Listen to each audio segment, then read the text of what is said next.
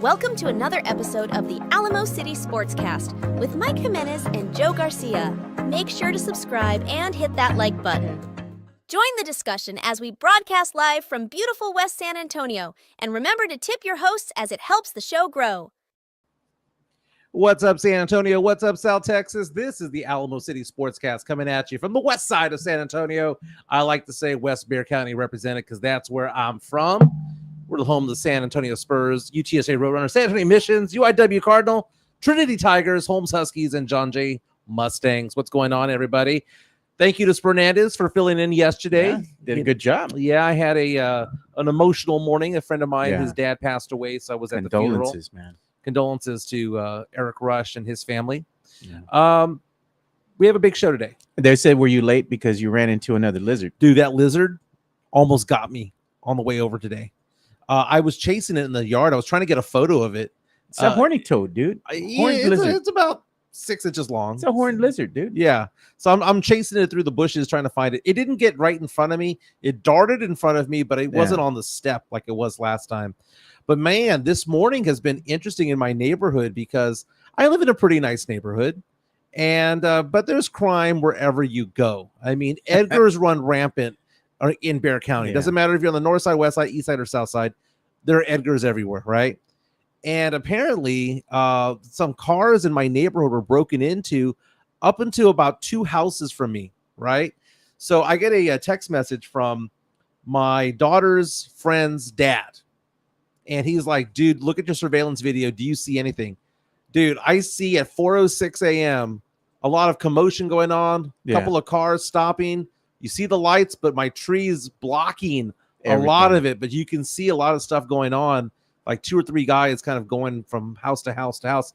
Now, they're not breaking into houses. They were breaking into cars. And so a lot of people said, 5 or 6 cars were broken into. But what they did when they left, I guess they did this on purpose. They left the doors open and popped open the trunks so that they were wide open. So when people got up this morning and were driving down the neighborhood, they saw all these cars with their trunks open and all the car doors open. Maybe that's their calling card. You know how every criminal has to have their calling card. You know, like was it a Home Alone? Yeah. What did they say? The wet bandits. The wet bandits leave the water running. You know, that's dumb though. But did people actually lock their doors, or did they leave them unlocked? You see, dude, a lot of them were saying that they left them unlocked. And that's living in the county, you think it's safer than living in the city, I guess you can say. And they admitted it. A lot of them admitted, we didn't lock the cars last night. I always lock my car. But the thing is that my surveillance system, and we've seen this before because I posted that video a while back of me being barely able to walk up the driveway when I was refereeing for the first time in a long while. I remember that. But it was a strobe light. People were like, is there a strobe light? Dude, someone walks into my yard or goes into my driveway, it looks like a 90s dance club because my house starts just pulsating light. Yeah. So no one's going to want to go into my yard because, dude, the second that you're in the yard at night, you could be in the sidewalk. I mean, it's like a disco ball going off. It's like all but sirens going off at that point. So no one messes with my yard. Cue the techno music. Yeah. Dude, it's great, dude. It's funny, man. I feel like going outside with some glow sticks and just go in the middle of the night in my house. Was it like that guy from White Chicks with the whistle and everything? Oh, man. Now, I mentioned the first time refereeing that I got hurt. It was not that I was hurt. It was just I wasn't in referee shape. But this weekend, I get back into refereeing. So I got called up for Saturday and Sunday. I don't know if it's AAU or what I'm doing this weekend, but I'm going to be doing about 8 games this weekend. Oh, man, you ain't going to be able to walk no more, dude. 8 games, man, but it's a running clock, so it's a little bit easier. But I got to get that extra side cash because I'm going to Nashville in a couple of weeks, and I'm looking at who's in concert while I'm there. I'm going to see Charles Esten in concert. He's an actor turned comedian turned actor turned country singer. He's really good. I love him. Small little venue that I'm going to over there. Yeah, I'm going to go watch Jelly Roll. Well, Jelly Roll's actually performing the next day. So there's going to be a concert the next day. It's the CMT awards going on over there. Yeah. And the CMT, it's not the awards, but it's like their festival. It's like the country music version of ACL. I had no idea when I bought the Charles Esten tickets that was going on. I didn't even know that existed, man. So they have a concert, $130 a ticket. Not bad. And it has all these performers, but the 3 headliners are Jelly Roll, Keith Urban, and Lainey Wilson. Lainey Wilson, good Lord, she's hot. There you go, man. Demon Mike. Lainey Wilson will be in our Baddie Brackets 2025. Oh, man, here we go. Will be in the Baddie Brackets 2025. Hey, we are live on Facebook, YouTube, and on Twitter. We're 892 strong. I saw that, on man. YouTube. We are getting closer and closer to 900. 8 away. Closer and closer to 1,000. If you want to be part of the show, you can leave a comment on our YouTube chat. You can also buy us a coffee. By the way, we got a coffee that we didn't mention on Friday from Sean Quintero. Thanks, Sean. $35 super chat. Didn't want to leave a comment, just wanted to leave a tip. Oh, thank you so much. That was the thing. So $35 there helps with the equipment, helps with our technology and stuff like that. Keeps the show going. We're not doing this for a living necessarily. We're doing this for the ability to just basically be out there, be active, talk sports, pop culture, nostalgia. Have a voice. Have a voice. And you know who doesn't have a voice in San Antonio? Latinos and sports talk radio. Oh man, me and Spurnandez, Rick, we're talking about this because we're saying you had released a video. Yeah, you know. So what ended up happening was, and Jeff Garcia made fun of me the other day about this. Tefe from Locked On Spurs and Ken's 5. He asked the question. He goes, Michael, you completely exaggerate by how often you are recognized out and about. Oh, come on. And I told him, I'm like, dude, I get recognized out and about from sports talk radio or this podcast.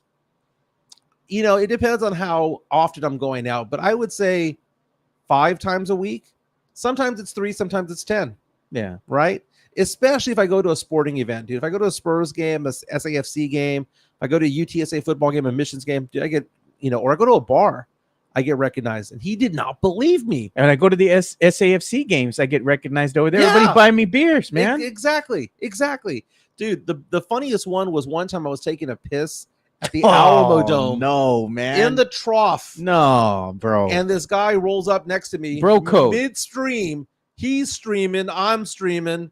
And he's like, dude, I really like your show, man. Oh, no, man. Dude, it was so funny, dude. It was so fucking funny. There's bro code. Like, you don't do that. If you want to talk to somebody, maybe when you're washing your hands or something, hey, bro, watch your show. Okay, cool. I was midstream. No, by the way, man. I apologize for cursing right there. Dollar. But, it's funny because, the other day I was out and about and people flagged me down. I went to Stoneworks recently. And this girl comes up to me saying that she enjoyed the podcast and that she enjoyed the old show. And then she brought her boyfriend over, and the party of people that I was with are like, who are those people? I'm like, well, they listened to the old show. Yeah. And my ex used to hate that I would go to HEB and get recognized and whatever the case may be. I'm not saying that I'm like, ooh, I'm Mr. Popularity. But as I told Jeff Garcia, it's the fact that I got to hang out so often with Rudy J and Jason Minix and Rob Thompson and Joe Reinagel that they recognized me from that as well. But people have been flagging me down saying, Michael, dude, there are no minorities in radio. And I remember when Rudy J, got off San Antonio Sports Star late last year. I had a conversation with Rudy J back in the day about it, the day after the announcement was made. And I was like, man, I hope they have a minority on there, because he and I talked about it that day. RJ Ochoa was brought up, and now he's no longer with San Antonio Sports Star. And it's one of those things where I look at it and I think to myself, that's not just a one station issue. It's now both stations. Yeah, it's the Ticket 760. You have even, like I said, the ESPN Sports Star, it's the Star.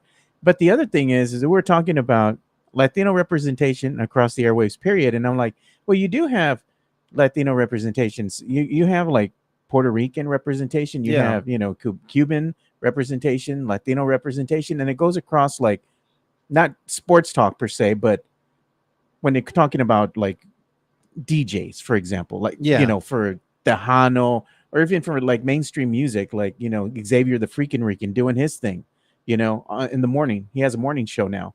And he's been doing that for a while. So you do have that representation there. But when we're talking about sports radio, there's only 2 stations, the Ticket and ESPN Sports Star. And that's it. And how many Latinos do we have on those stations? None. Zero. None. And Zero. no African Americans, no Asian, no women. And I bring this up because you have to understand that we are a city that is 65% minority. Oh, yeah. We are 56% Hispanic. We're about 9% African American. We are in a state that is minority majority. And I wasn't bringing this up to stir the hornet's nest. I was bringing it up because people kept bringing it up to me. Yeah. And people DM me on Twitter. They DM me on Facebook. They reach out to me in person, and they're bringing it up. And the fact of the matter is that I think that there's no understanding at any of these stations that that's what's happening, that there's a groundswell of discontent. And it's just sad. It's just sad. And people are like, well, you want that to be you. Dude, those days are long gone, man. I don't want it to be. You know who I want it to be? I want it to be a young Latino. I want it to be a young African American. I'm 47 years old, dude. I'm good at what I do, and I had a good sports talk radio show. We have a pretty good podcast. But it's time for the youth to take over. It is time for minorities to take over. And the fact of the matter is that those who make the decisions are old white dudes. Yeah. It just is what it is. And it doesn't matter if it's like that in radio, finance, business, government. It's all the same. And it's a group think. And it's a not corporate. It's a not what you know, it's who you know type of thing. It's gotten too corporate now, because now what they're looking to do is they're looking to cut cost, right? Because a lot of these radio stations, let's be honest, like iHearts, for example, they spend a lot of money absorbing these smaller entities, right? These other smaller radio stations, overpaid and whatnot. Now they're declaring bankruptcy, coming back from this, declaring bankruptcy, trying to stay afloat because of all the money, the expenditure that they had. So now when it comes to actually trying to hire on-air talent, there's not money left. So what do? They go the cheap route, and they go for these national syndicated shows that are cheaper, and they're going to go ahead and put those in at those time slots, much like Jim Rome got your slot over there, because it's like, hey, well, it's cheaper. You know, we're just going to fit them in here. Well, I think they had it out for me from the beginning, but the pay for play is also a model that's out there. You know, people say that they miss the sports grind, which was on Ticket 760. Yeah, it's still there, though. My boy Jonas Clark is the producer, but you got to go elsewhere, and you can go look them up on YouTube. And they're out of Facebook. El Paso, right? Yeah, and they're on Facebook. They live stream every day. So, you know, you look at that. They actually paid to be there. What they did was they rented the airtime, paying $3,000, $4,000, $5,000 a month, hoping to get that much in advertising to offset it and make some money off of it. The pay for play type of thing is interesting. People are coming out saying that it's antiquated anyway, that it's going the way of the dinosaur. I remember having a conversation with Mike Taylor here on this podcast where he was saying that AM radio is going away because cars are being produced right now FM without the AM dial. Yeah. It's no longer a dial, just without AM, just in general. And so I found that to be fascinating. But, you know, when you see these stations that are on a lot of sports talk radios are now on FM, not only San Antonio Sports Star, but you have stations in Dallas, Houston, Los Angeles that are on the FM. I listen to a lot of stuff on XM radio, actually. Right. Yeah. So the podcast format is the way of the future. It's a more difficult thing because, you know, you don't have the backdrop of the history.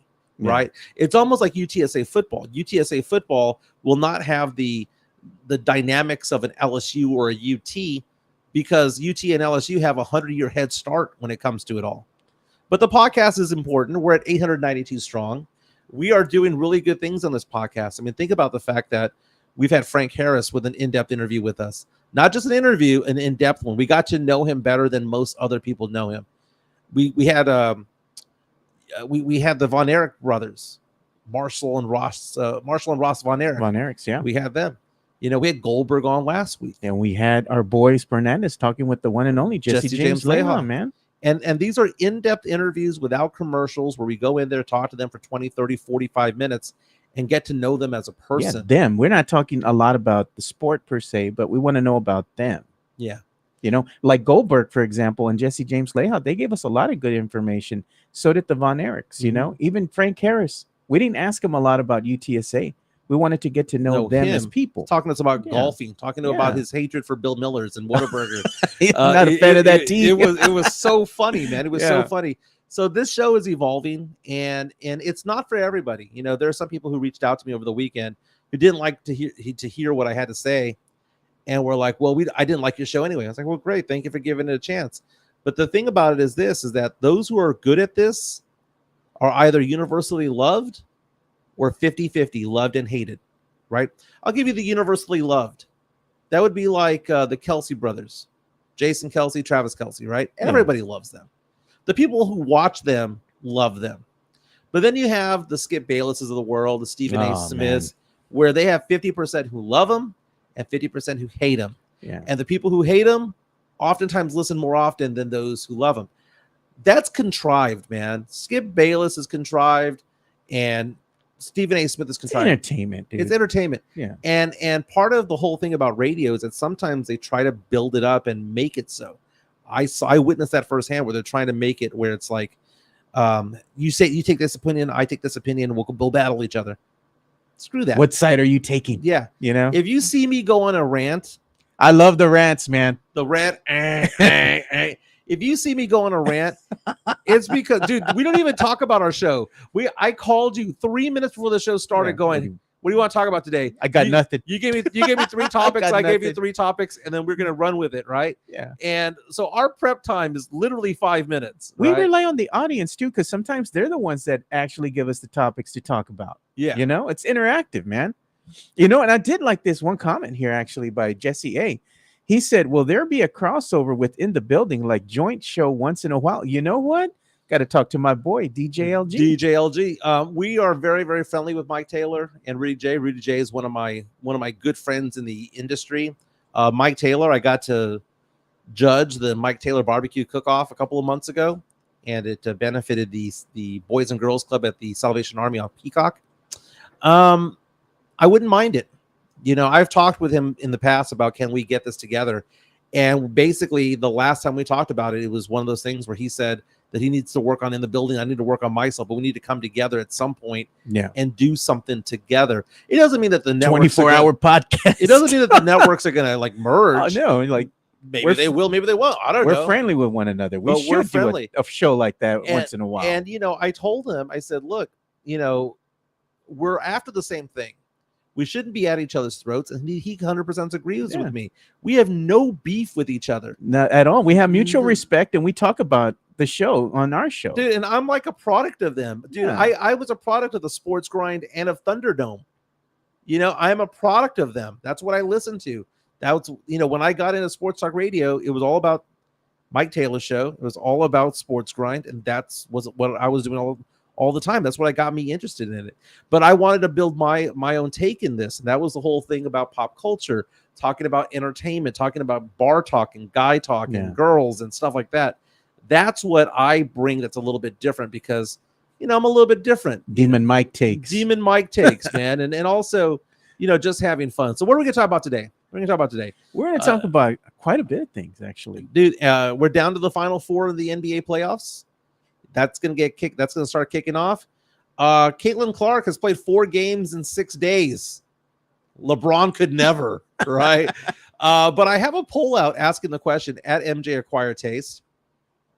ESPN, would you rather have them playing WNBA games or Major League Baseball? It's very close, man. And what was the other question that we're going to present? WNBA better than MLB? Better than MLB? Yes or no? Has it taken over that spot? Because the hierarchy when it comes to sports is number 1 by far in the United States is the NFL. Yeah. Number 2 is probably college football. Number 3 is probably the NBA.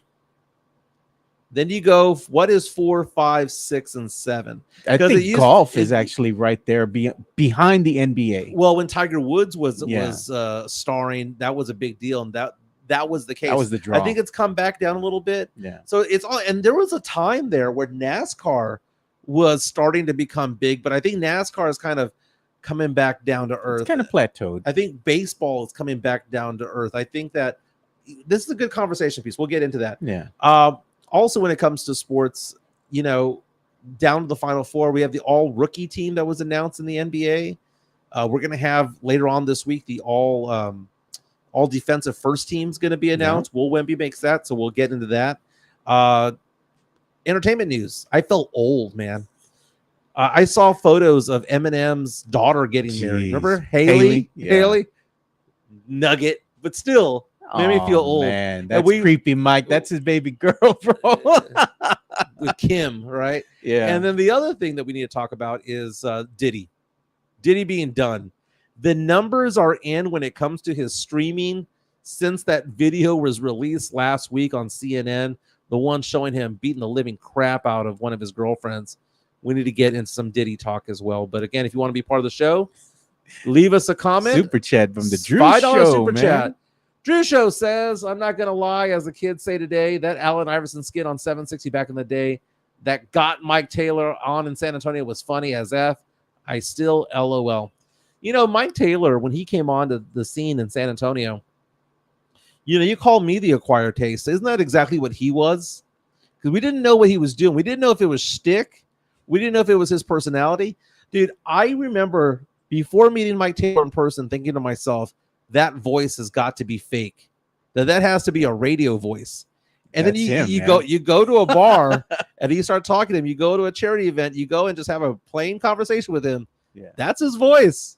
I like that once the little soundbite that they had. We need to tell DJ LG he should bring that one back. Yeah. Where it had Mike Taylor when he was a kid. Like you think it was in middle school and he was playing baseball. Yeah. Hi, Mike Taylor here. And you could hear the voice was kind of there, but it still hadn't peaked, you know? That's great, man. But yeah, that's his voice.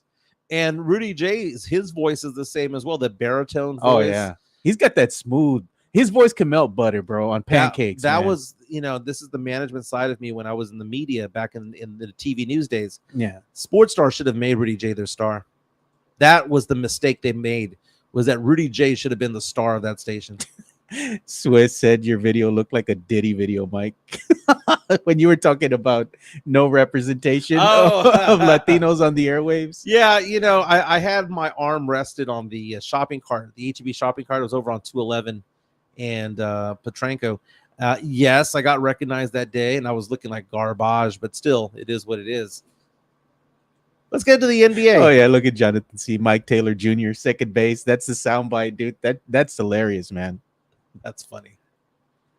Conference finals get going tonight. The Eastern Conference, you got the Indiana Pacers taking on the Boston Celtics. The Pacers taking Game 7 in New York. A historic game in Game 7 because the Pacers shot 67% from the field for the game.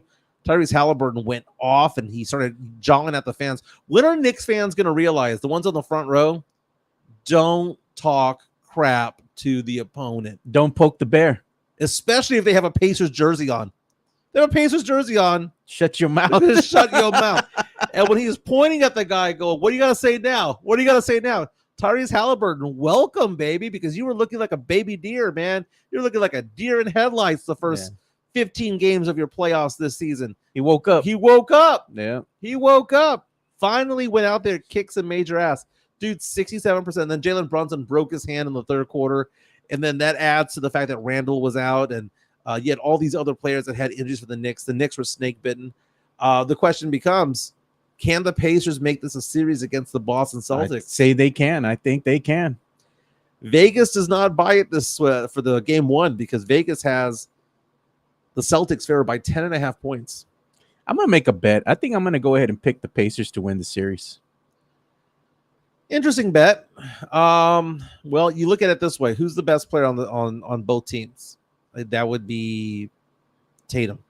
Yeah, but the thing is with Tatum, sometimes he don't show up. Yeah, but the thing is, when he doesn't show up, Jaylen Brown typically does. And Derek White comes out and out of nowhere and has a good game as well. I just think the Celtics have too much firepower. I think the Celtics are probably going to dispatch them. I'm going to say it's going to be in 6. No, I think it goes 7. I think the Pacers win. They've been battle tested already. They're used to playing Game 7s now. I would hope so. Got some experience. Sith reaches out to us and says Celtics win tonight, Wolves win in 6. Celtics versus Wolves. I wouldn't mind a Celtics-Wolves finals, to be honest with you. But a lot of Spurs fans are pissed off, man, because the Wolves came back to win Game 7 of their series against the Nuggets, which means that Rudy Gobert gets to keep playing ball, man. Rudy Gobert, Defensive Player of the Year. A lot of Spurs fans pissed off about that. A lot of NBA fans talking trash about that because Jokic just went toe-to-toe and just took out Rudy Gobert. Rudy Gobert, sometimes the team was better with him on the bench. But that's a fun team to watch, man. The Western Conference Finals is the finals I want to watch. The Eastern Conference, I'll watch it but I really want to watch the Western Conference Finals. I really want to see what Luka and Kyrie can do up against Ant, Cat, and Gobert. That'll be interesting. Great. That's great The basketball. Mavs are just banged up. That's their problem, man. And Minnesota, man, props to them. Hey, Joe, who was the team that I said about 2 or 3 weeks before the playoffs started that was going to be the dark horse to win it all? The Wolves. The Wolves. Yeah. And did people on this chat give me crap about that? Damn straight they did. Damn straight they did. But what was it? It was defense, man. Yeah, you got 2 7-footers in Cat and Gobert. You've got that defense. You've got Ant. You've got Kyle Anderson out there. And they got a bench. High IQ basketball, man. They've got it all right there. But, man, going up against Kyrie, though, Kyrie, smooth as butter, dude. Yeah, Kyrie low-key has been the best point guard in basketball for like 5 or 6 years. No one wants to admit it. Midtown saying Wolves bench clears. No lies detected, man. They got a deep bench. Hand of a fist. It's the NBA. Good offense beats great defense. Sometimes. How fitting would it be for this Timberwolves team to actually win the whole damn thing, dude? It would be great. It'd be the city's first championship. Did you see what Anthony Edwards said to Charles Barkley? Bring your ass over. He's like, I haven't been to Minnesota in 20 years. Bring your ass over. What's there to do, though, man? Come on now. What's there to do in Minnesota? What's there to do in San Antonio or Cleveland, man? Go see the dirty Riverwalk. Well, they're always making fun of our Riverwalk. And like Spurnandez was saying, it's not meant for you to swim in. Put your feet in the water. You're getting on the water taxis. It's just ambiance, Right. It's the atmosphere. Well, the problem with the San Antonio Riverwalk was it used to be mom and pop related. Oh yeah. And now it's just Landry's big restaurants. Business. It's Texas Land and Cattle. What's that other place that they have that's like a big Mexican restaurant that they have on the Riverwalk? Republic of Texas? No, it's another one. They sell these big old overpriced margaritas. Casaria? I forgot what it's called, but I mean it's all like Landry's. It's all fanfare now. It's tourist traps. Yeah, basically it's what you can get at a business center, or not a business center, a shopping center on I-10 and Hebner. You can go to Market Square and have Bandera. a better experience there, man. No, you can't, because you might get shot by the Edgars. Oh man, come on. That's only during Fiesta, bro. That's when they have the Tejano stages up and all that. So I'm gonna get Celtics in 6, and I'm gonna go ahead and take. I can't believe I'm saying this. I'm gonna say the T-Wolves in 7. I think the T-Wolves are going to advance. I don't know who to cheer for, because as a Spurs fan, can you really cheer for the Dallas Mavericks? Or are we at the point right now where we have no rivals? Because people keep saying that, like, who's the team that you hate the most, Joe, as a Spurs fan? I would say the Rockets are probably the team I hate the most. I have no animosity towards Dallas for whatever reason. Lakers, dude. I can't stand the Lakers. Well, I don't like the Lakers for a variety of different reasons, but I don't consider the Lakers to be our rival. I think rivalry, you had the Houston Rockets and of course the Dallas Mavericks, because we're all the trifecta here, Texas teams, D'Lo bringing up a very funny point there, saying that out of the 15 highest salary players in the NBA, the only one that's still left in the playoffs, in the final 4, if you will, is Rudy Gobert. Jonathan C. saying the Spurs rival is winning. I asked Jeff yesterday, do the Spurs have a 6th losing season in a row under Pop? Are the Pop we trust people going to be around still? The apologist? The apologists. Matt Lerma? Will Matt Lerma come to the Jimenez side, the Demon Mike side? No. When it comes to it all. Or there's going to be, well, he has 5 rings. He has 5 rings. You always call him a Pop apologist. He got mad that first time I said that, dude. I think he's embraced it. Like when people started calling me Skip Menace, yeah, he's starting to embrace it. Bro. Starting to embrace it. He's a Pop apologist. It is what it is. All right, die on that hill for that, man. Do your thing, man. Put up into sports saying Rockets and Lakers are the Spurs' biggest rivals. I would go with that. You know what? I want to get these guys on the show. They're pretty funny. They are. Yeah, they are. Why is it I have no animosity towards Dallas? Dallas doesn't like I enjoy them. I enjoy Luka Doncic. I enjoy Derek Lively. I enjoy Kyrie Irving and Jason Kidd as the head coach. I enjoy what they're doing. And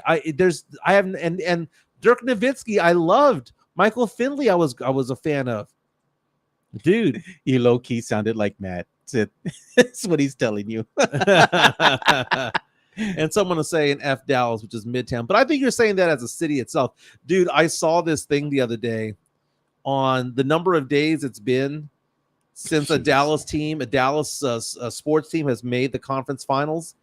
and How long? the Dallas Stars and the Dallas Stars made it, right? And the Dallas Mavericks made it this past week. So it was like 0 days since making the conference finals, right? And then when it came to the Rangers, because the Rangers won the World Series last year, it was like it's been 150 days. Oh, God. But then when it went to the Dallas Cowboys, it was 10,300 days since the Cowboys were in their last conference championship game. And it was like Dallas Cowboys, it was like Dallas sports fans looking at the Cowboys like, do something. Just where are you at? It ended with the stick. many moons ago. It's been 10,300 days since the Cowboys were in a conference. Bro, I think I was like 13, something like that. The last time that I remember, I'm like, oh my God, it's been quite some time. Saying always bringing up that old shit. DC4L, Dallas Cowboys for life. Dallas is harmless. That's fun. Tim Gonzalez saying, I'm rooting for Lively, Kyrie, Moore Jr., and Tatum. Those Duke boys are family. Kiddo Picture Sports saying the Mavs fans aren't as toxic as Lakers and Rockets fans. Dude, Rockets fans, dude, they're ugly, man. Oh, man, they're nasty, bro. They're so salty that they didn't get Wemby. Yeah. Dude, ever since that Locked On Spurs version of them, the Locked On Rockets, and all those podcasts going out there where they were doing a live viewing of the 2023 NBA draft lottery, and they see the Rockets number getting picked at 4, and then they're like, just don't go to the Spurs. Don't go to the Spurs. Don't go to the Spurs. That's how you know they're our rival. Yeah. That's how you know. Oh, man, look at that. Man, Tex-Mex Frank and Chris Leha always donating stuff to the show for us to give away. When you hit the 1,000 subscribers, I will donate a Texican cap for you fellas to give away. Viva los Latinos, even the coconut ones. Well, very Come cool. and smoke it apparel. Thank you, Tex-Mex Frank. Man. And by the way, I do need another hat. We can pay for it, but this is going to be for Sean Quintero for hooking us up with Goldberg last week.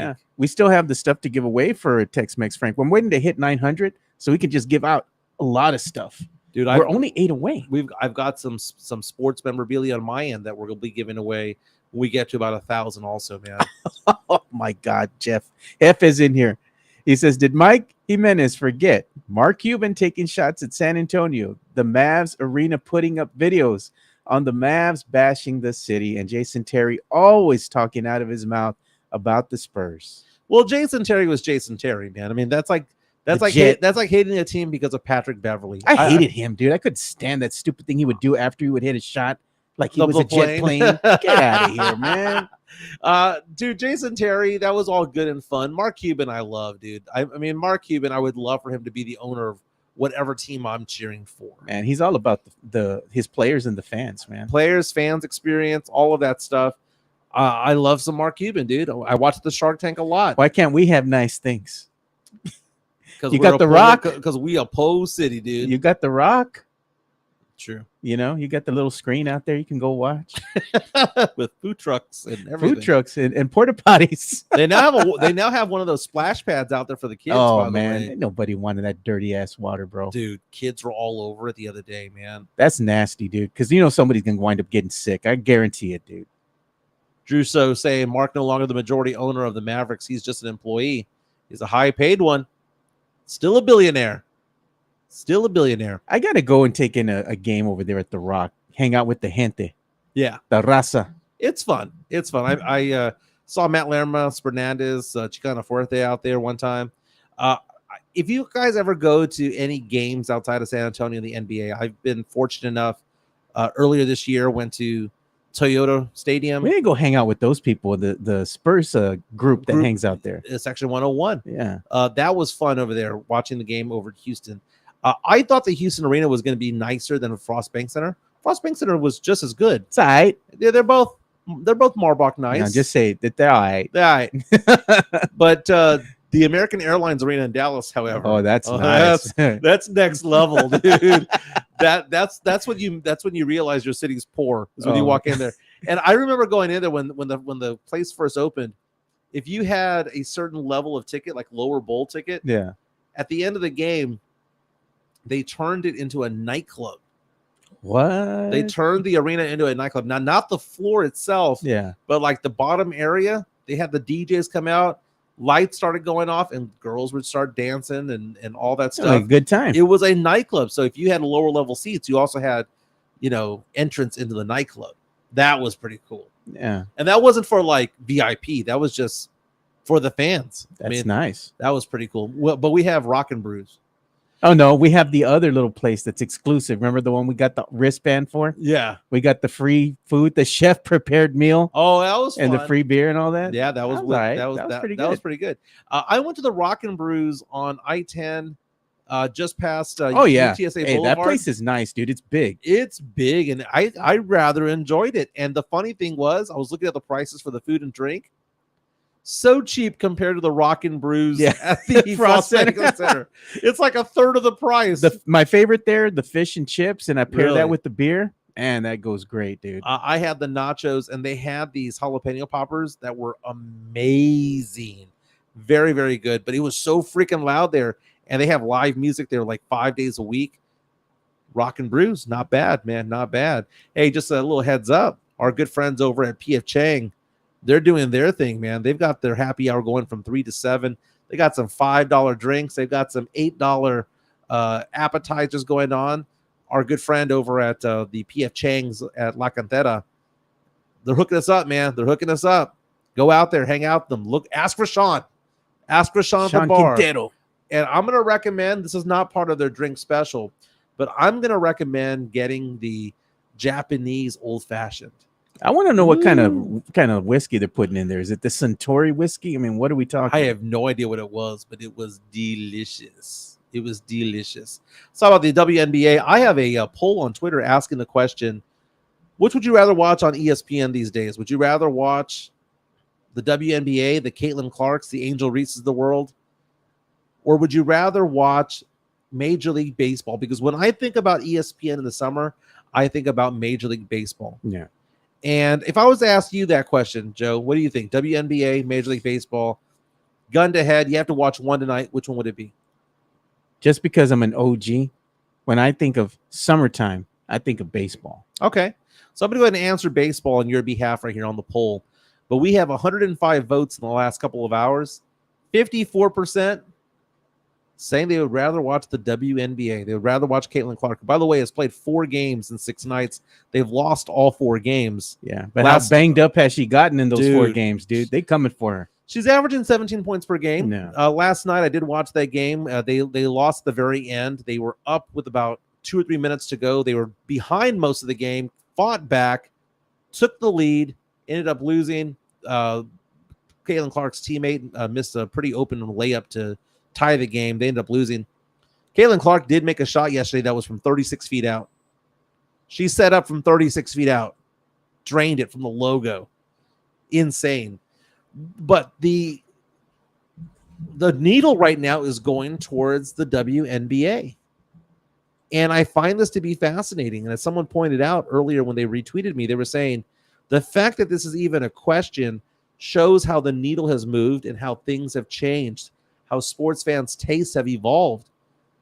We had somebody who, when I made mention of the fact that there's no Latinos or minorities or women in local sports talk radio, someone pointed out, well, guys don't want to watch this and guys don't want to watch that. And that's nonsense, man. Sports is more than just guys. Yeah. There are female sports fans. Dude, I know a ton of female sports fans beyond too. Carolina Teague that are not represented when it comes to sports because they're not being showcased or featured, right? And I think that people look at female representation, they think Joy Taylor. Well, Joy Taylor does a fantastic job. Yeah. Nothing wrong with Joy Taylor.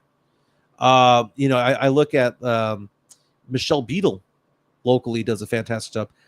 Aaron Carreno, who does certain things in sports in San Antonio, does a very good job. There are a lot of fresh voices out there. Katie Goodman, our good friend. Katie Goodman. What's that girl from FanDuel? Kay Adams. Oh yeah. Kay Adams does. She's also with Sham Sharania sometimes on that show. An amazing job. McNutt over on ESPN does a very good job. There's so many people out there that are female that are doing a good job in sports. And you go to these NFL games, NBA games, dude, half the people there are women. And they're not there because they're there with their man. Dude. They like the sport. I have friends who throw NFL parties for just women. It's women, female sports fans getting together to watch the Texans or watch the Cowboys or watch whomever. It's a thing. And I think that sports media needs to understand that. ESPN is actually being smart about this because you're seeing the wave move where it's like, wait a minute, people care about Caitlin Clark, people care about Angel Reese, people care about a lot of these big names that are suddenly in there. You add the Kelsey Plums of the world and all the other stars of the WNBA, and there's something magical going on right now. And then you see Caitlin Clark struggle. I know she's averaging 17 points per game, but you're seeing her struggle, and it makes it even more dramatic. I would rather watch that than the Brewers Cubs. Yeah. I grew up, Joe, a massive baseball fan. People ask the question, well, Michael, why weren't you watching movies growing up? Why weren't you playing with toys? It's because I was too busy watching the Braves on TBS, the Cubs on WGN. You're watching Smoltz. Smoltz, Avery, Glavin, Maddox. Yeah. All those guys. You ever watch Don Mattingly with with New York? Dude, yeah. How about the Mets? Gary Carter and Dwight Gooden and Lenny Dykstra and Darryl Strawberry. Then you go on to the Cubs, man. I can still name you that lineup there. You had Leon Durham at first. You had Ryan Sandberg at second. Sean Dunston at short. You had Jody Davis behind. Don't forget about the great Bo Jackson, bro. Bo Jackson, dude. I collected all these baseball cards, and I was so into baseball. It was my favorite sport.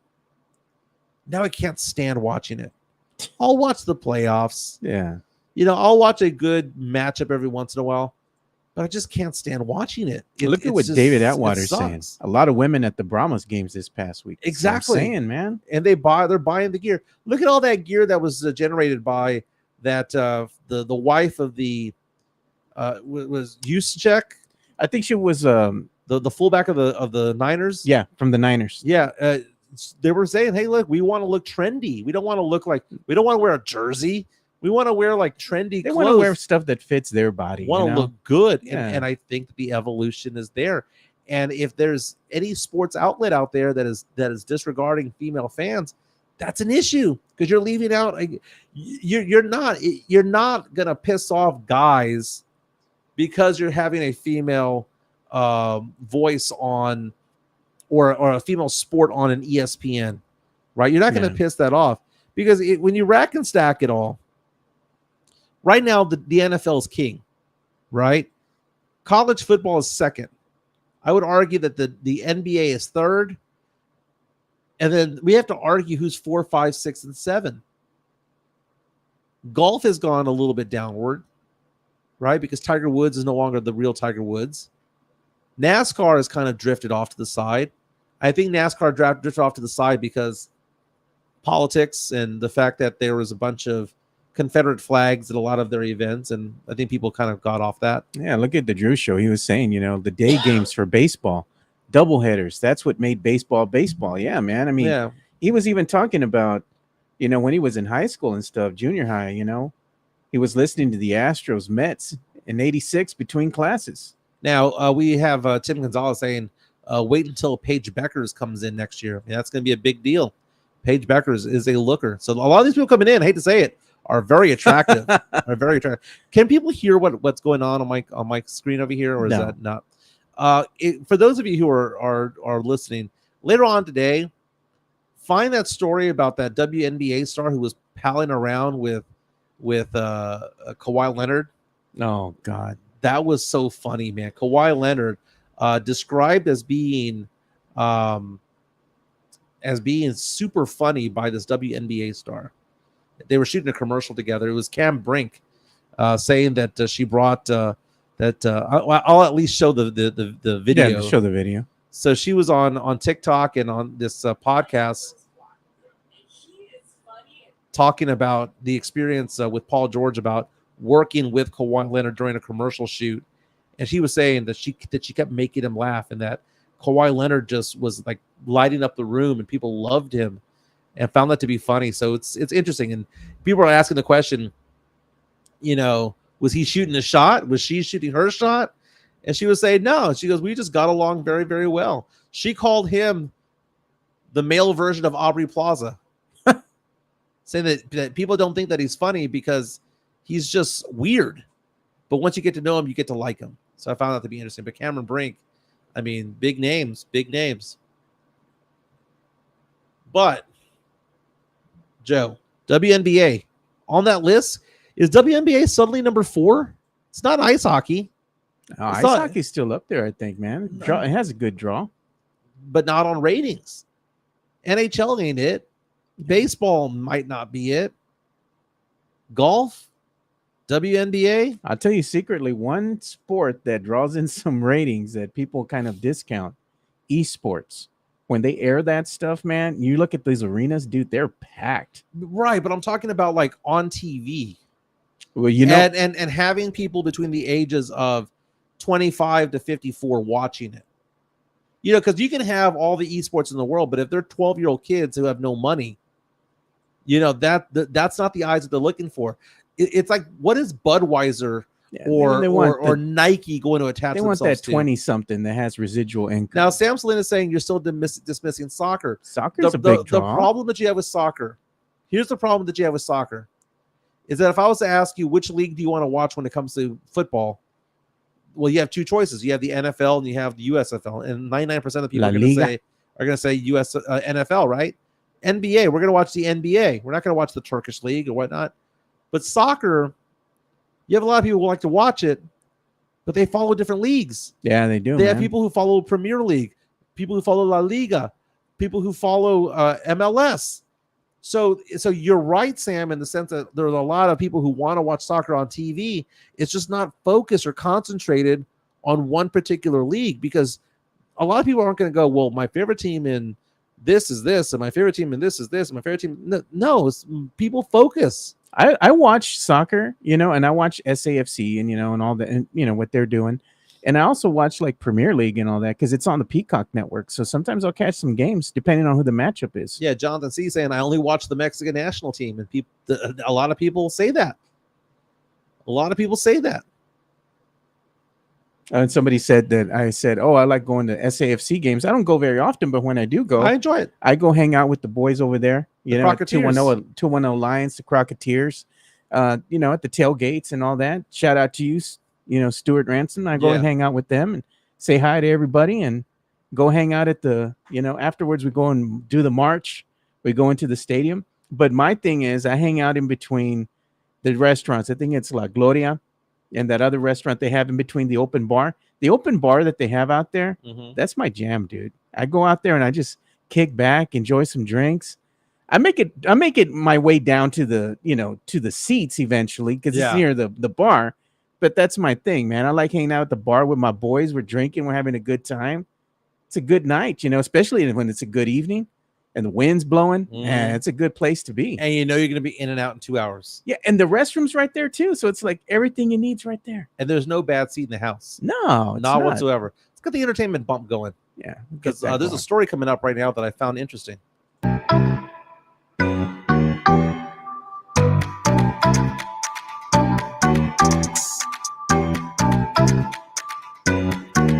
TMZ just posted an article within the past hour saying that Elvis's home, Graceland, is now under foreclosure. So, Joe, I don't know if you've ever been to Graceland before. I've been twice in my life. My parents took me when I was young, when I was like in middle school. And I took my daughter, Gabby, last year when I was driving her from San Antonio to Virginia Beach for her internship. Made that long, long drive over there. Graceland is a fun place to go to. It's a smaller home than most people would think, right? Because there are McMansions here in San Antonio that are going for $700,000 or so that are about the same size as Graceland, the house itself. But the yard and the entertainment centers and all that stuff, it's a time capsule. When you go into Graceland, you're going into a house that was mostly untouched since 1977 when he died in August of 77. The living room's the same, the dining room's the same. The basement level, which has his pool, you know, his billiards room, and he has a TV room virtually untouched. I mean, they clean it, but it's the same as what it was back in August of 1977. It's a great tourist attraction, but it is so much money to upkeep because it's beyond just the house. They have a big, massive museum of all this Elvis memorabilia.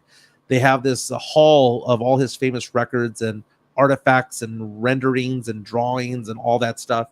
And then you go and they have like a theater where there's concerts being performed, comedians and musicians and whatnot, and there's all these restaurants. It's a big thing. Yeah. It's like a house with a little Fiesta Texas side to it, right? Yeah. With a museum. It's just weird. But Graceland has been kind of in a dicey situation because the person who was running Graceland originally was Priscilla Presley. She's the one who saved it from foreclosure back in the early 80s by turning it into a tourist attraction. In fact, when you go to Graceland, they talk about that. They talk about the fact that Priscilla saved Graceland because they were losing all this money. They needed all this money for property taxes, and not enough money was coming in, and the residuals weren't there. And Priscilla said, you know what? I'm going to talk to the National Park Society and ask them for advice. And they said, turn it into a museum. So she did that. And it's been going strong for 40 years. The reins were given over to Lisa Marie Presley, but Lisa Marie Presley died at a very young age. Now her daughter, Elvis's granddaughter, Riley Keough, is trying to save Graceland from going into a foreclosure auction. Wow. That is crazy. This is news that just dropped about an hour ago. Lisa Marie's daughter, Riley, again, is filing to block foreclosure of the historic property, which is in Memphis, Tennessee. The auction's supposed to take place in 2 days. Oh, my God. Goodness. You know, whoever's going to get that, they probably won't even be from the States, dude. They'll be from out of the country somewhere. They'll go ahead and see this as something that they can invest in to turn a profit. So according to TMZ, Lisa Marie Presley signed documents to borrow $3.8 million from a company in private lending, and apparently she used Graceland as collateral, and the payment may not have been made. Look at, they said Elon is going to buy it. He's going to call it, instead of Graceland, he's going to put it Xland. I highly recommend going to Graceland. It's a fun time. It's a throwback.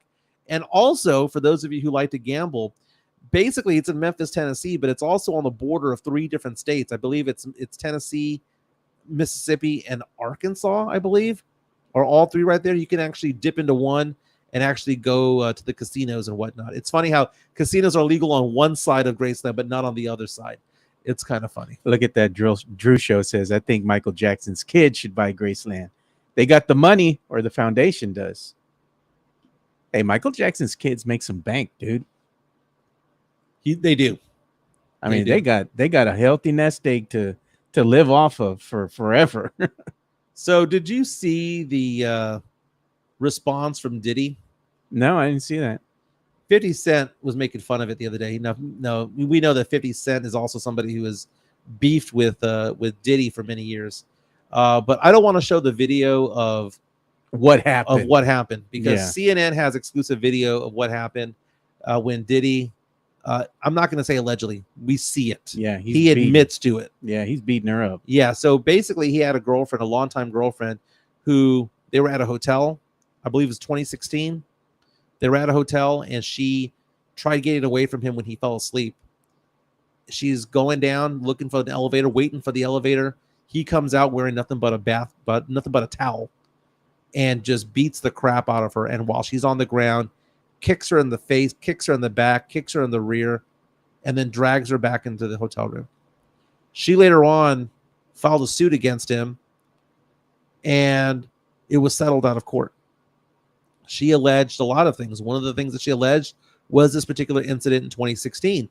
So knowing that was true, it makes you think, well, if she told the truth about this, she must have told the truth about all the other things. Yeah. About her being forced to have sex with other people while he watched. About, there's allegations about people forced to have gay sex when they didn't want to have it.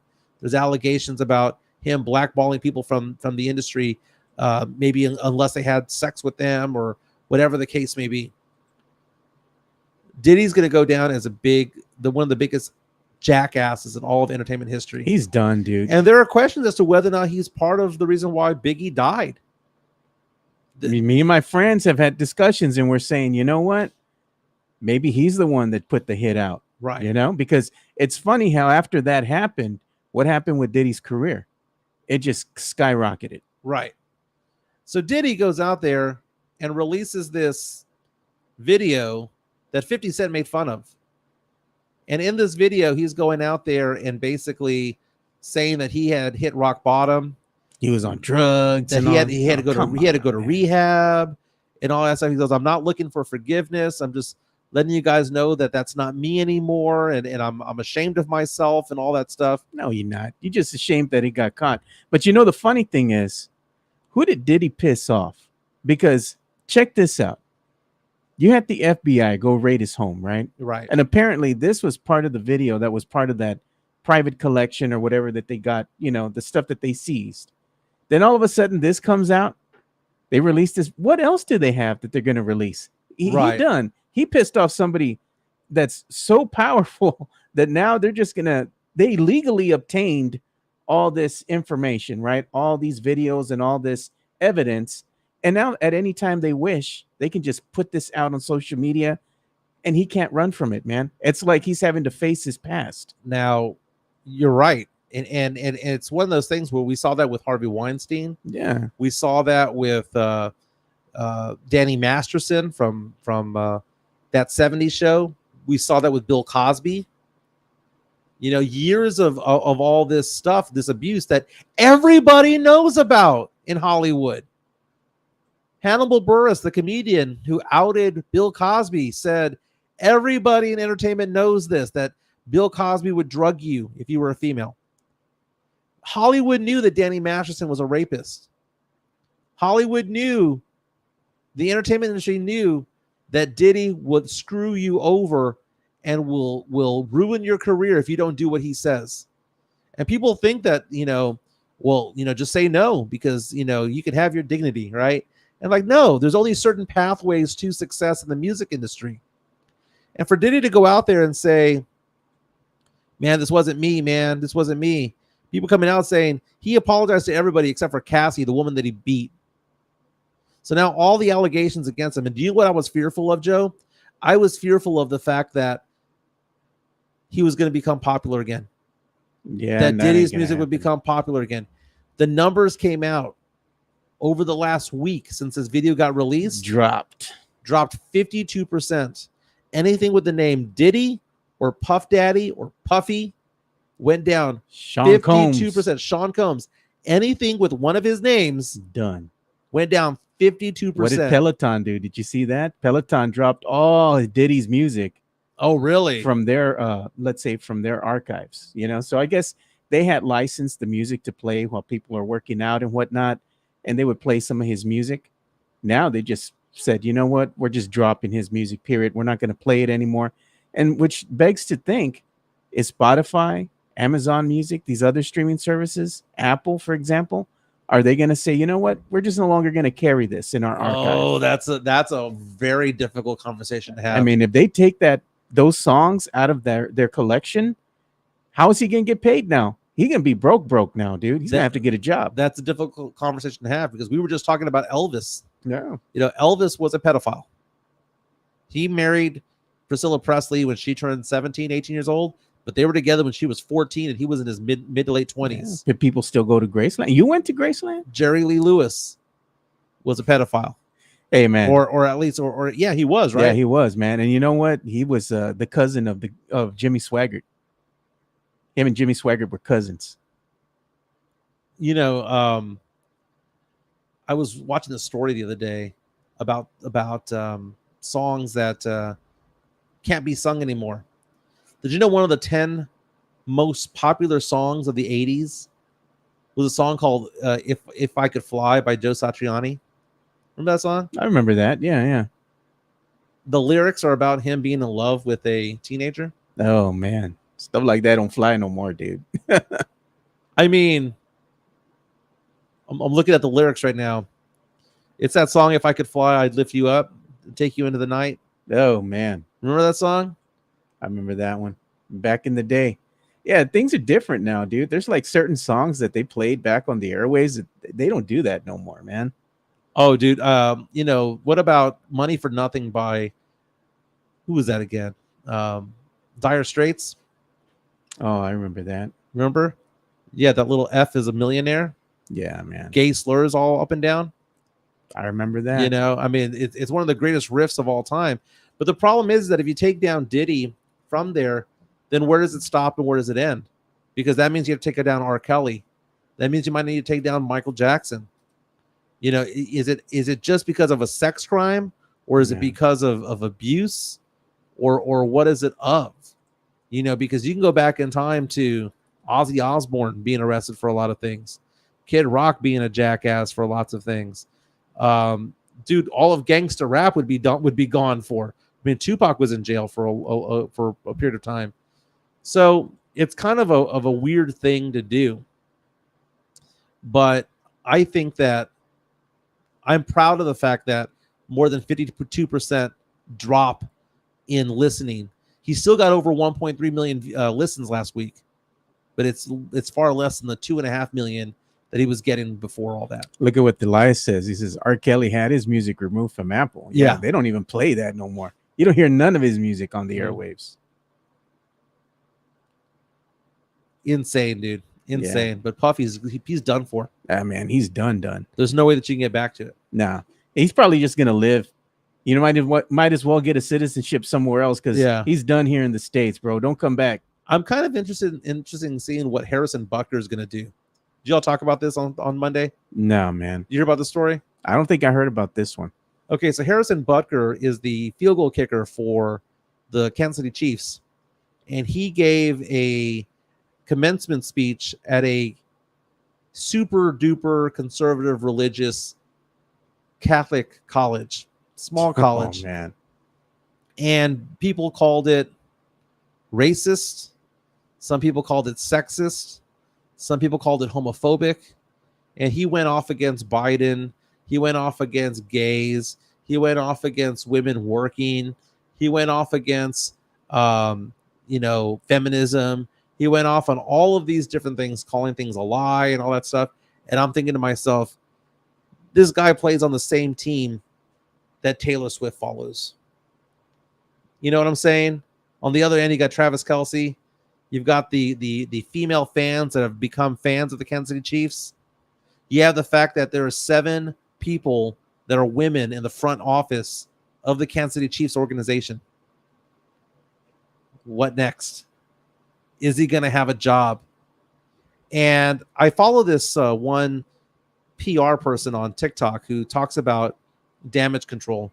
And she has talked about damage control, about how P. Diddy, he did an awful job with it, how Ashton Kutcher and Mila Kunis did an awful job about it. Yeah. She believes that Butker is going to survive all this because people are coming out. And by the way, guess who what the number 1 jersey sale was last week in the NFL? It was Harrison Butker's jersey, because people who believe in that bigotry and that sexism and racism support that guy.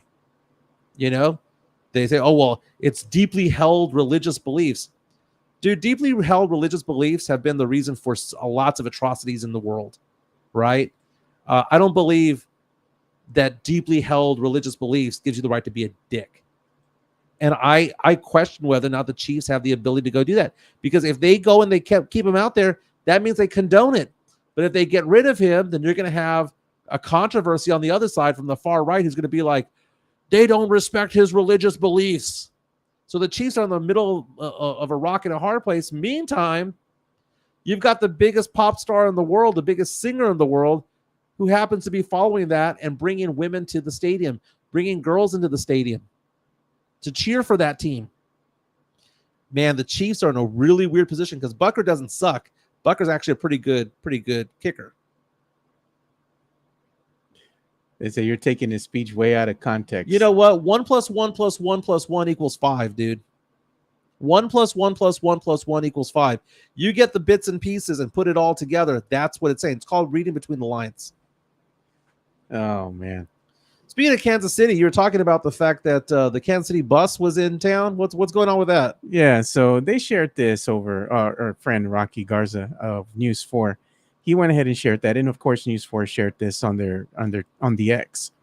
And it was saying that a parade for the Kansas City Chiefs, a parade bus for the Kansas City Chiefs, has stopped at a local transmission shop, and it has the locals questioning it, like, what does this mean? You know, I mean, basically what happened is that it says Hector Ramirez of the tire shop, which is called Guaranteed Transmission off Austin Highway, said the team was looking for the best transmission shop in SA while on tour, and they came here.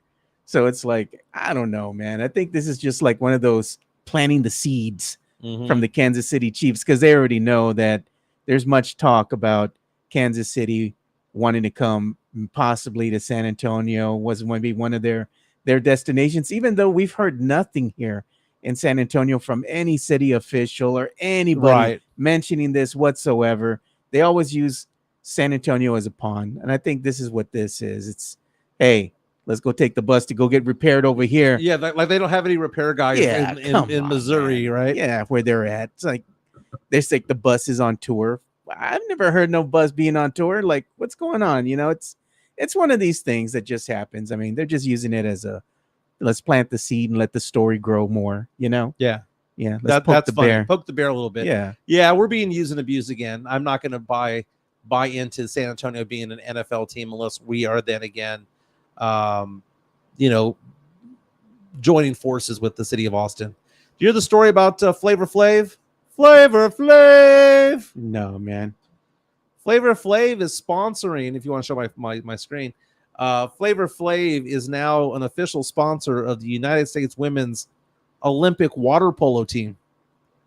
So one of the stars, I guess you could say, of the Olympic women's United States women's Olympic water polo team. It's a lot of words right there, right?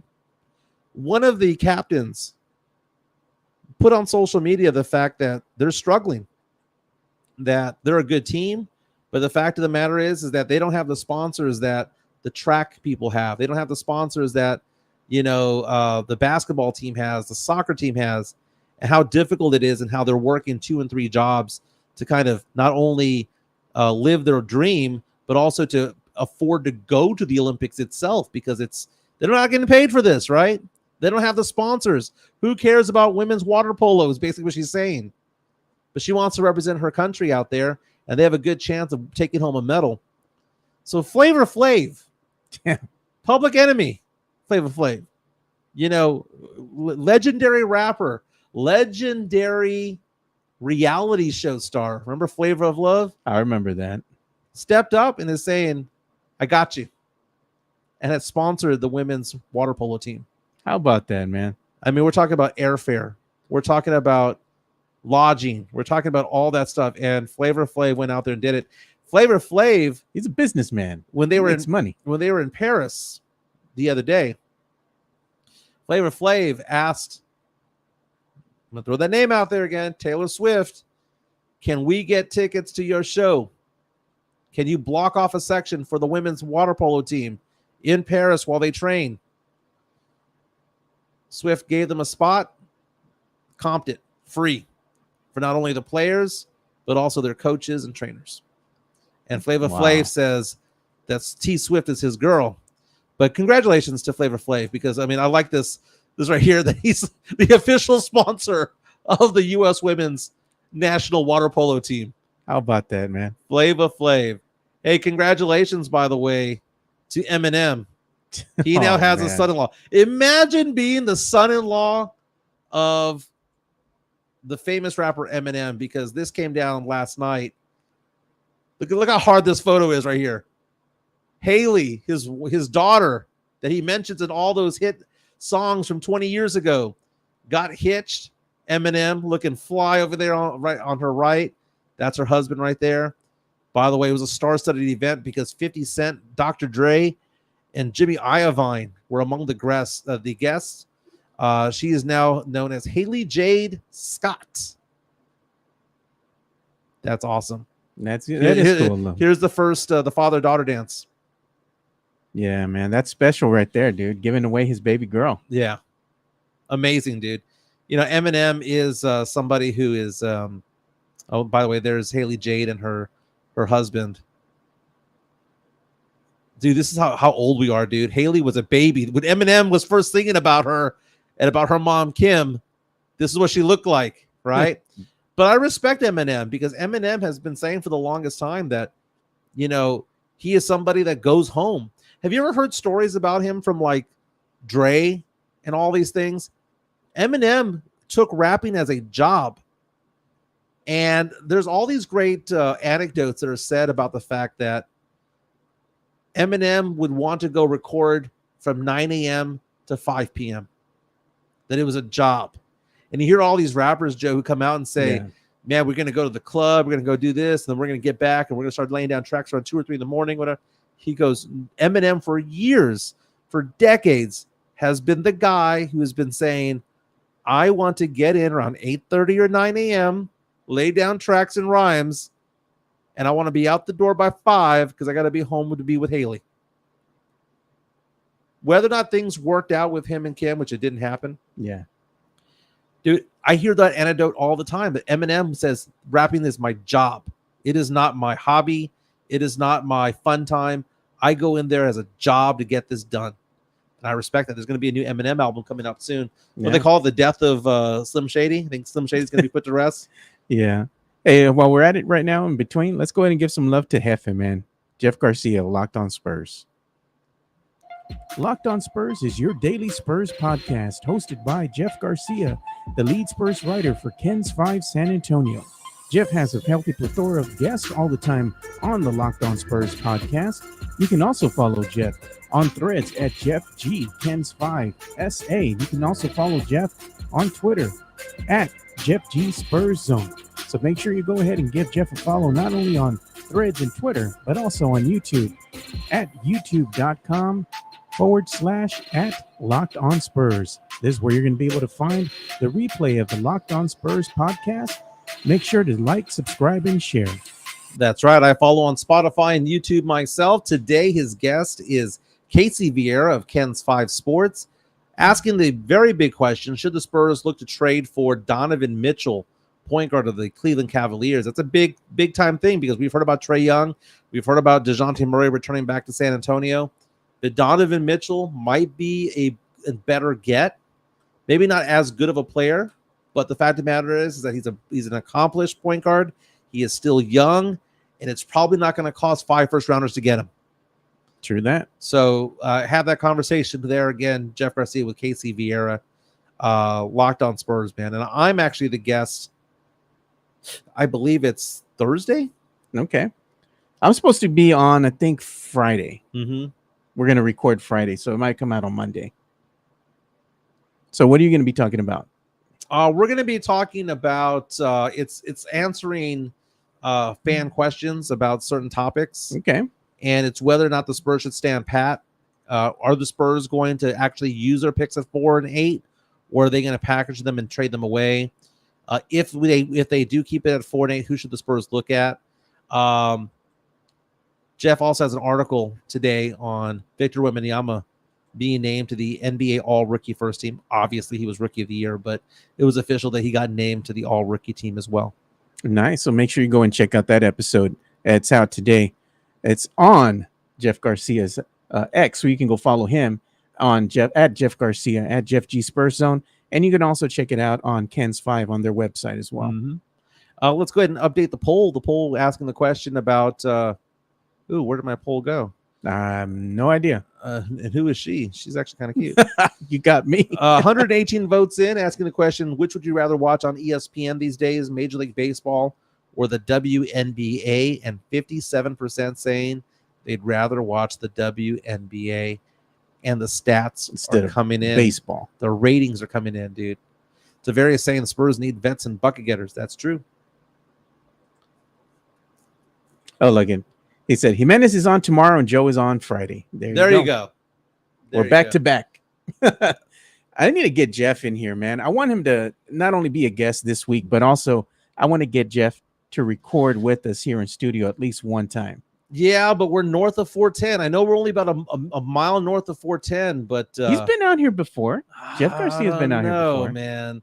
It's beyond 410. I love that guy, but it's beyond 410.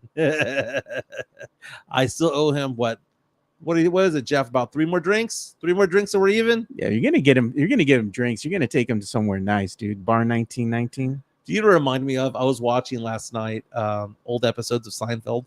Oh. And do you remember the episode where Banya gives Jerry a suit. It was like an Armani suit that Oh. he had never worn. I remember And he goes, that. in return, I just want to have a dinner. Yeah. And so they go out to have dinner, and Banya only orders soup. And he goes, okay, well, we're even now. And he goes, no, this is just soup. This isn't a dinner, you know? And then they meet up a couple of days later, and he's having a sandwich at a deli. He goes, no, I wanted a nice dinner. I feel like I'm Banya to just dragging it out. Jerry, yeah. The one episode that I liked is when they made Jerry wear that blouse. He looked like a damn pirate. Oh yeah, the ruffled shirt. Dude, that was so funny, man. Dude, some of these episodes, I watched the other day the episode where Kramer finds the trap that has all the lobsters. Oh, and that girl, Jerry's girlfriend, walks in on him, and he has a tiny penis because he was in the pool. oh yeah. It shrinks. It shrinks like Shrinkage. it shrinks like a frightened turtle. Look at that, Jimenez. Yep, it says $200 or more in depth, Jimenez. The other one I liked of Seinfeld was funny was where they had Kramer. Remember where he's cleaning the stretch of highway? Oh yeah, and he put that solvent that's very flammable to clean it, and then you had Newman driving down. Yeah, he erased some of the lanes to make them wider. Yeah, so Newman's driving down, and all of a sudden, I think they had dropped in a previous episode a sewing machine out, right? Yeah. So he comes in the mail truck, and the sewing machine gets stuck under the mail truck. Oh yeah, and he's driving. All the sparks are coming out, and he's like, "Oh, the humanity!" It lights up on fire. That was funny because like everybody had a part to play in what happened to Newman in that episode. Spurnandez coming out and saying, "I'll just have soup." John C. saying the best episode is Keith Hernandez in the infamous spit shot. That was a play on the movie JFK. I remember that. It was a spit from behind the grassy knoll. Seinfeld is one of those that's a classic, dude. You got to go watch it. It's funny, man. There's a lot of great episodes. Drew show. She was kosher. Couldn't have shellfish. So George makes them lobster omelets, revenge over shrinkage. Oh, the one with the baby. Remember they went to go see the couple's baby? Yeah, you got to see the baby. The baby. And he's like, whoa. I like how Kramer is so unfiltered when it comes to it all. He took a look at the baby in his face. He's like, whoa. It's such I mean, we talked about this a couple of weeks ago about the episode where George pretends to be a marine biologist. Oh my god. that was so, and the show really was about nothing. Titleist, the way he goes. Was it a titleist? Dude, there's so many episodes when they couldn't find the car in the parking garage. Oh, that was funny too. Or how about when they got stuck behind the Puerto Rican parade? And then any of the one with Costanza's dad. Dude, who has a better rant, me or Costanza's dad? Remember that one, the episode, the bro? Yeah. He made the bro instead of the brawl, the bro. Yeah. And then he called it, he called this festival, Festivus. Festivus for the rest of us. Rest of us. I saw the other one the other day about Elaine's date getting hit by a car. He's in the hospital, but she buys jujubes. Yeah. And she's like, he's telling her the story, and he goes, "Wait a minute. Did you buy that candy before or after you found out I got hit by a car?" Oh, look, it's Fernandez. He says, the parents asked Kramer who the baby looks like. He says, Lyndon Johnson. Jeez, bro. Yeah, that's the episode also where the doctor is going, "He's breathtaking." No, he calls Elaine breathtaking. And she's like giving him a look. Dude, it's funny. Is Jerry a hoe? He's a man whore, dude. He's a man whore. He gets around. They all are, right? Because Yeah. Kramer gets his. So does Jerry Jason gets Alexander. Yeah, Costanza. Yeah. When Elaine gets around, Yeah. they're all hoes. Yeah. I remember that other episode with Kramer when he had that was it that Kenny? What's the name of that actor? It was the old country actor or singer. What was his name? Kenny Rogers. Kenny okay. Rogers. He had put a chicken place right across the street from where Kramer's at. And that red light was always beating through.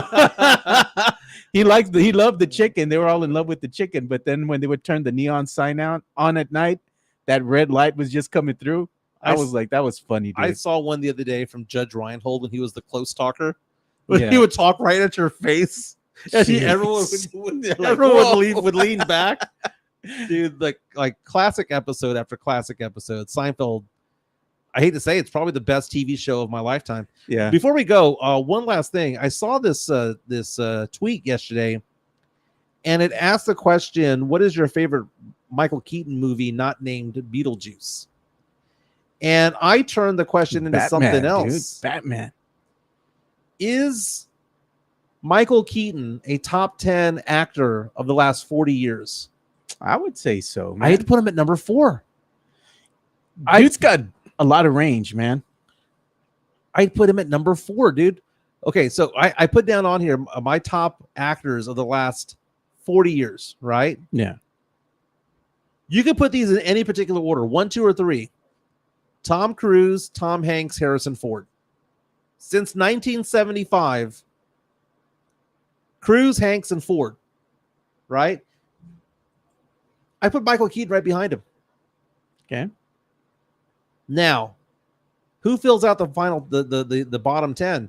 Because we're making this 75 and beyond, 1974 and beyond. To me, people like Robert De Niro don't really qualify because a lot of their stuff came on beforehand. In the 60s. Well, Raging Bull was 1980. Yeah, but some of their shows or films like Taxi and all that was way back when, dude. So I'm going to throw out some other names out there that I think round out the top 10. Eddie Murphy. Dude, Tom Cruise can act. Tom Cruise is the most successful actor of our lifetimes, dude. What about Tom Hanks, man? Tom Hanks can act? No, Tom Hanks can. He's up there, dude. But I'm going to throw some names out. Keanu Reeves. I mean, the Matrix trilogy. John Wick. You have Bill and Ted's. You've got Point Break. I mean, he's got some romantic comedies along the way. The Replacements. Forgetting Speed, bro, with Sandra Bullock. I mean, isn't he top 10? Leonardo DiCaprio. Just from Titanic alone, but everything that he's done before that, Basketball Diaries. And then after that, you have all the movies, out in so Tarantino many movies, man. The Departed and all that stuff. Matt Damon, Good Will Hunting, same thing could be said for Ben Affleck. He's come out in a lot of movies as well. Well, Ben Affleck had that 10-year streak where he was just in the dumps, dude. He talks about all the time. From like Gigli on to like, oh, bro, that was the most awful movie like ever, that bro. J-Lo stench that he had there from the early 2000s. He finally came out of it when it was Argo came out. Yeah, Argo was a great film. Great movie. Argo, fuck yourself. I have to say that. I can't do it all. That's a quote from the movie. That's a quote from the movie. But what a premise for a movie, right? We're gonna go ahead and do it like a spoof, almost like a film, just to infiltrate you, to get you behind enemy lines. Great movie. Denzel Washington. It's got to be top 10 in the last 40 years. Yeah, Denzel's a good actor, bro. Dude, from Glory back in the day to Training Day to Flight to all the movies. Philadelphia was a great movie. I'm gonna throw a name out there that is top 10. Okay, other names: Samuel L. Jackson, Brad Pitt, sure. Kevin Costner. Oh my God, that was the great Kevin Costner. That was bro. one also. But what Field about of Dreams? Come on, bro. Dude, I'm gonna throw a name out there that no one's looking at, man. No one is seeing. And I'm gonna throw out this name and I'm gonna give you his IMDb. What about Woody Harrelson? Now, Woody Harrelson, we'll look at that and we'll think to ourselves, oh, the dude from Cheers? Well, yeah, he was the dude from Cheers. But all the movies that he's been in from you had The Hunger Games, White Men Can't Jump, People Against Larry Flint, Natural Born Killers, The Thin Red Line, No Country for Old Men, Zombieland. I like that hippie he played in. Was it that 2010? Yeah. That film? He was funny as hell, eating nothing but pickles. The Highwayman, all the Hunger Game movies. He was also nominated for Emmys for TV shows that he was in. True Detective, all that stuff. I think that Woody Harrelson might actually be a top 10 actor. What about Johnny Depp? You can't forget him.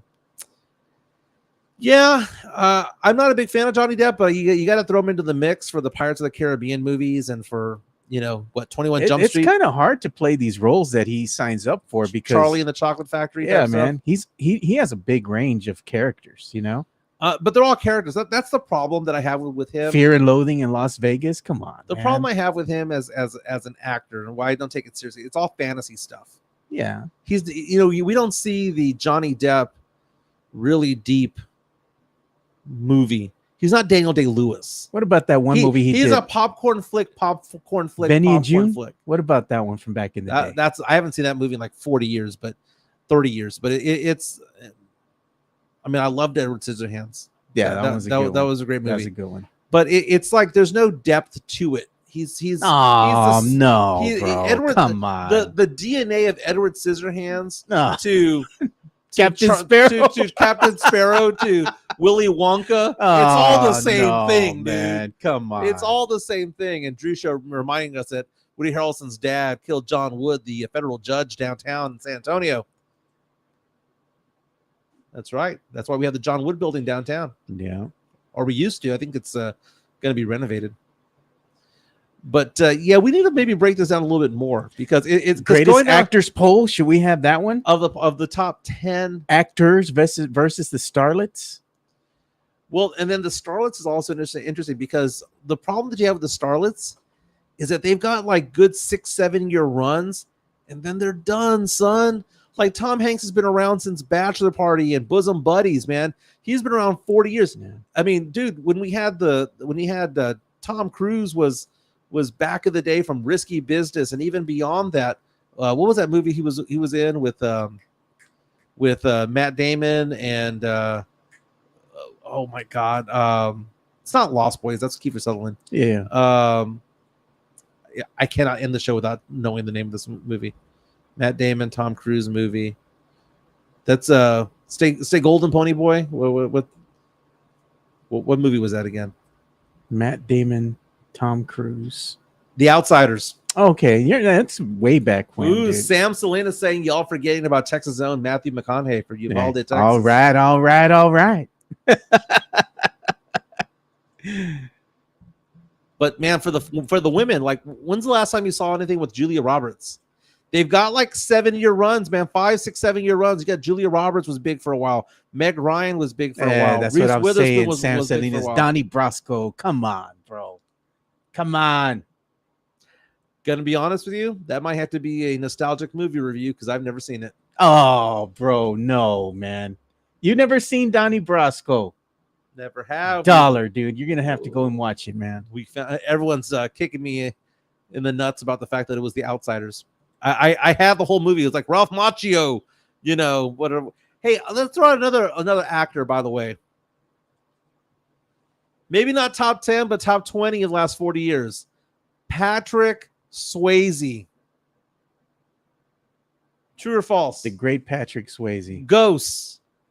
Oh, he's Dude. talking about The Outsiders, is what Yeah. they were saying. Ghosts. You had Dirty Dancing. I know someone's going to say Tu Wong Fu. I'm already waiting for it. God. Yeah, man, we're gonna have to bring this one to an end, dude, because I got like 10 minutes to log in now. I just noticed the time. And on top of it all, by the way, Donnie Darko, Red Dawn. Oh, he was in Red Dawn. I forgot about I that. forgot the original Red The Dawn, original. not that other one. And he's got that song, man. She's like the wind Oh God, through a tree. I hate that damn song, bro. What's that? I don't like that song. It's old as shit. She dude. leads you to No, moonlight. man. only You are to not singing burn that you song in with the karaoke. sun. You're not She's singing taking that. my heart, but she No, doesn't know what this she's show's done. over, Show's over, man. Just a fool to believe Yeah. I'm anything she needs. Yeah, we're done, man. She's like the wind. Be back tomorrow. Talking more sports, pop culture, nostalgia. Game 1, Eastern Conference Finals. Go Pacers, but it ain't gonna happen. Go Derek White. Pacers. Go Derek White. Let's go, man. See you guys tomorrow. We're out. See you boys tomorrow. Peace.